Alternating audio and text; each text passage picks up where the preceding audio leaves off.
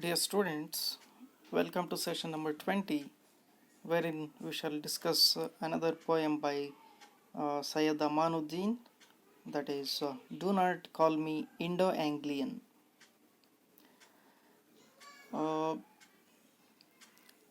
Try to understand the title. Don't Call Me Indo-Anglian. Since this poet was an Indian, but he wrote in English. So for that sake, there is a trend, we can say, or an idea that makes a writer of English but yet Indian is called Indo-Anglian. In the sense, he is an Indian but writing in English. So that's how these two identities are mixed, Indo and Anglian. The poet Syed Amanuddin talks against this very idea of labeling a writer with mixed identity. So this is some idea about this poem. In this sense, the poem reads differently and written in a different manner.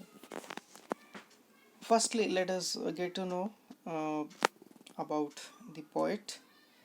Syed Amanuddin was a poet, philosopher, photographer, artist and professor of English from Mysore. His works capture the essence of human experience such as joy, happiness, love, pain, suffering and death. These are the things that he addresses in his poems.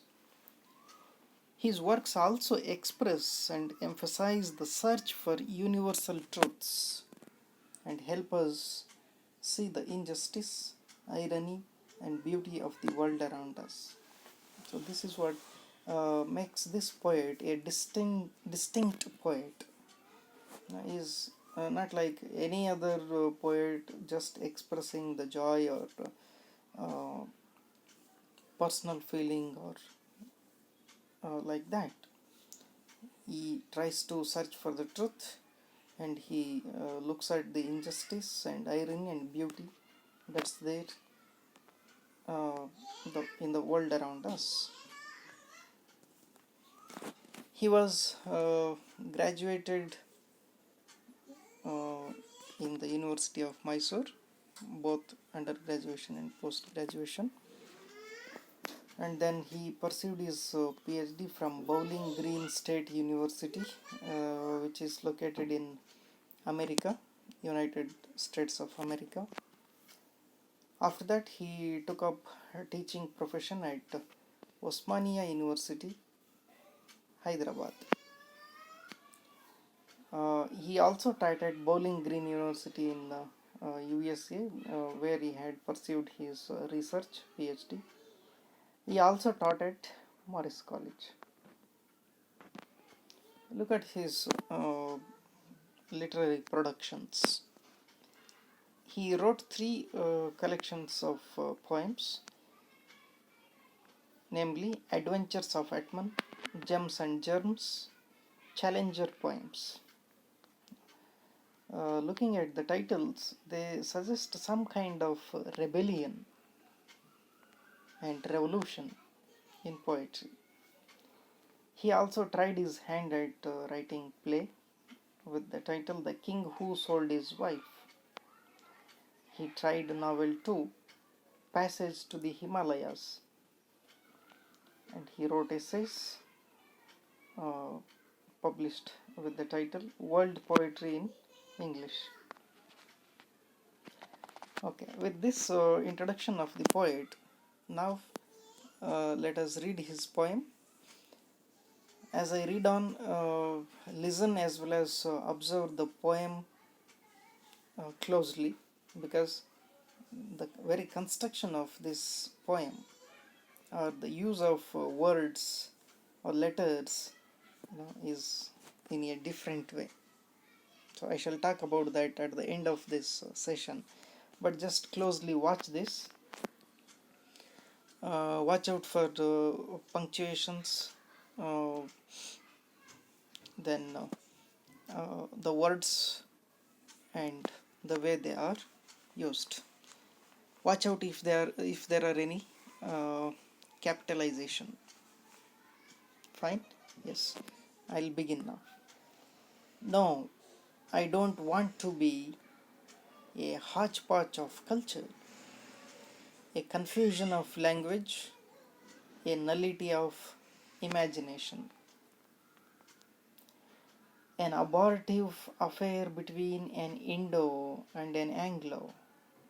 I hate hyphens, the artificial bridges between artificial values in the name of race, religion, and language. I damn all hyphenated minds, prejudiced offsprings of unenlightened souls. Look at the way he attacks on people who label poets or writers. I denounce all labels and label makers. I refuse to be a moonrock specimen, to be analyzed, labeled, and stored, to be analyzed, uh, labeled, and stored for a curious, gloomy fellow to reanalyze, reclassify me for shelving me again. They call me Indo-Anglian. I don't know what they mean. Kaveri flows in my veins. Chamundi hills rise in my mind with stars afloat. Eyes of the goddess smiling on the slain demon. Brindavan fountains sing in my soul. See, these lines bring to our minds the very picture of Mysore. Remember, that's what the poet recounts, saying that in his veins, not the blood, but Kaveri flows. That means to say, he is a very native of Mysore. And the pictures that come to his mind are Chamundi Hills, where goddess is smiling, Chamundi, and then Brindavan fountain. So this is what makes him a localite, a local Mysorean. So when that is the case, he questions, how can you call me Indo-Anglian, whereas I am a Mysorean?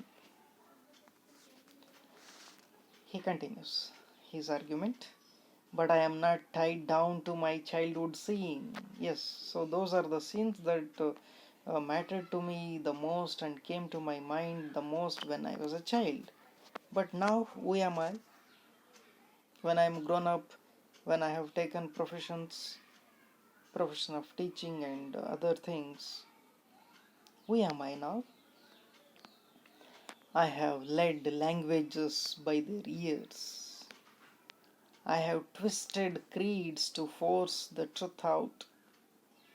I have burned candles in the caves of prejudice. I have surged in the oceans of being. I have flown across the universe on the wings of my thought. See, when I am grown up, I have been doing so many things. I am learning languages. No, I have tried to find out the truth. Then I have uh, flown across the universe with my thoughts. And they call me Indo-Anglian, the mistaken, misinformed folk, and class me with a small group of writers, cloistering me, crippling me. I would rather roam with Kalidasa and Kabir, or go on a spiritual journey with Dante, mediate with Khayyam, that is Omar Khayyam, on the mathematics of existence, or sing with Ghalib the anguish of love, or drown with Li Po, kissing the moon's reflection in the river. It's true, I write in English, dream in the language of Shakespeare and Keats, but I am not an Anglo, my friend. I am a poet. I have lived 40 centuries under various names. I am now Amanuddin. When this is the case of me, why do you call me Indo-Anglian? Right. So, in this poem, the poet challenges the conventions of branding a poet with mixed identity like Indo-Anglian or Indo-British or Indo-German, so on and so forth, or Anglo-Indian, like that. And he also challenges the rules of using a language. That's why I instructed you in the beginning of this session to closely observe the poem and its form. Look at the form. No capitalization. Hardly there are any punctuations. Names of cities and persons like Kalidasa, Shakespeare, many, Dante, Omar Khayyam.